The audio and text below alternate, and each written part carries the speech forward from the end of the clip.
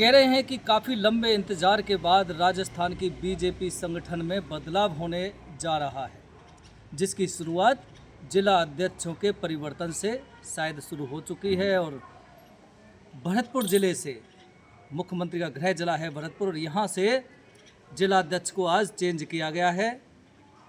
शिवानी दायमा नामक एक महिला को बीजेपी जिलाध्यक्ष भरतपुर घोषित आज किया गया है। इसके पीछे कई वजह बताई जा रही हैं।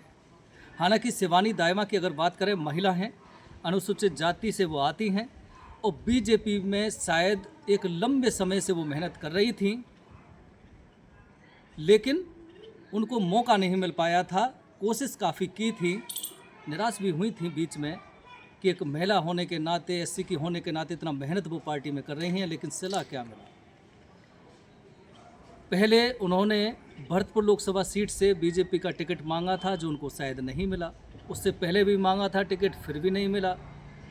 भरतपुर नगर निगम में मेयर का चुनाव वो लड़ना चाहती थी बीजेपी की टिकट से, लेकिन वहाँ पे भी उनको टिकट नहीं मिला था। और कहीं ना कहीं एक हताशा थी, लेकिन धैर्य था कि पार्टी में मेहनत करती गई और लगी रहीं, और आज उनको जिलाध्यक्ष पद पर तैनात किया गया है, नियुक्त किया गया है।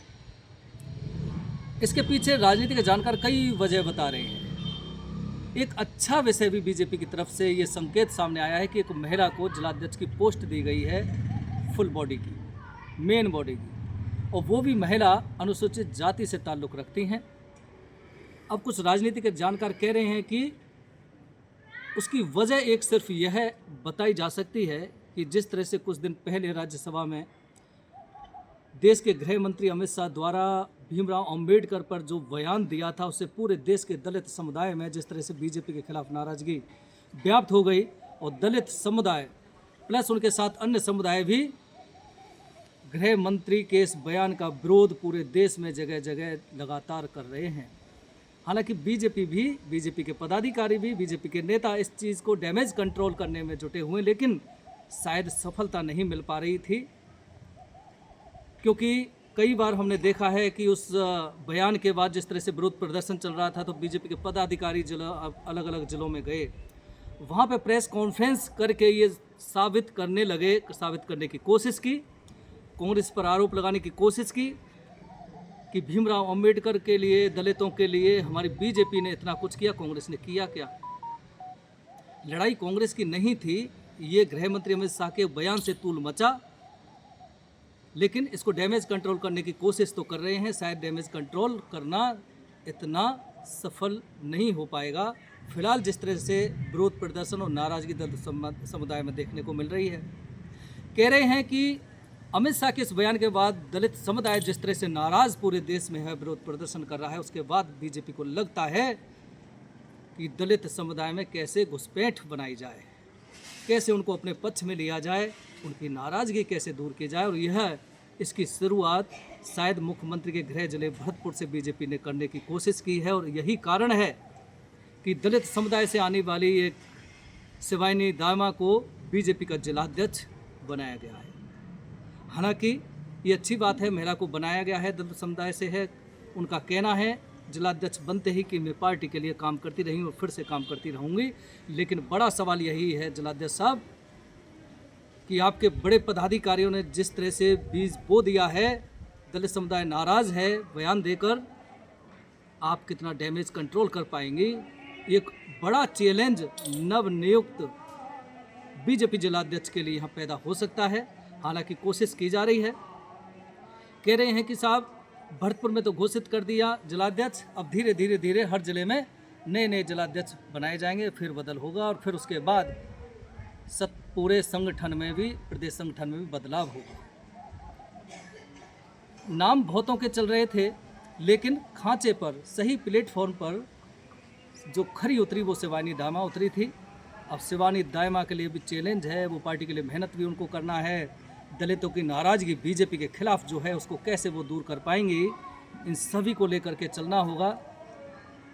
लेकिन यह ज़रूर कहा जा सकता है कि काफ़ी दिनों से जिस तरह से कोशिश की जा रही है बीजेपी संगठन में बदलाव की, उसकी घड़ी शायद आने वाली है।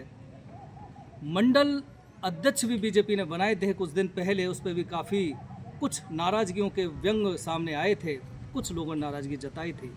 लेकिन कुल मिलाकर पूरी मशक्क़त के बाद फैसला ले लिया और मंडल अध्यक्षों की घोषणा भी कर दी गई।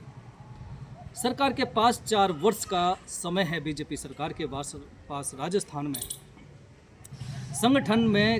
संगठन को कैसे मजबूत किया जाए, संगठन में कैसे और किस जाति के पदाधिकारी को बैठाया जाए, जातिगत नाराजगी को बीजेपी के खिलाफ जो है उसको कैसे दूर किया जाए, इस पर शायद बीजेपी गहन तरीके से काम कर रही है, क्योंकि 4 वर्ष बाद चुनाव भी होने हैं। अब कितने सफल होंगे कितने विफल होंगे वो तो समय बताएगा, क्योंकि संगठन को मजबूत किया जा सकता है, लेकिन जनता के बीच घुसपैठ जिस तरह से बनाई जाती है, क्या उसको जिंदा रख पाना संभव है 4 वर्ष तक? क्योंकि पॉलिसी सरकार की जो होती हैं उन पर डिपेंड करता है कि जनता कितनी खुश और कितनी नाराज़ होगी।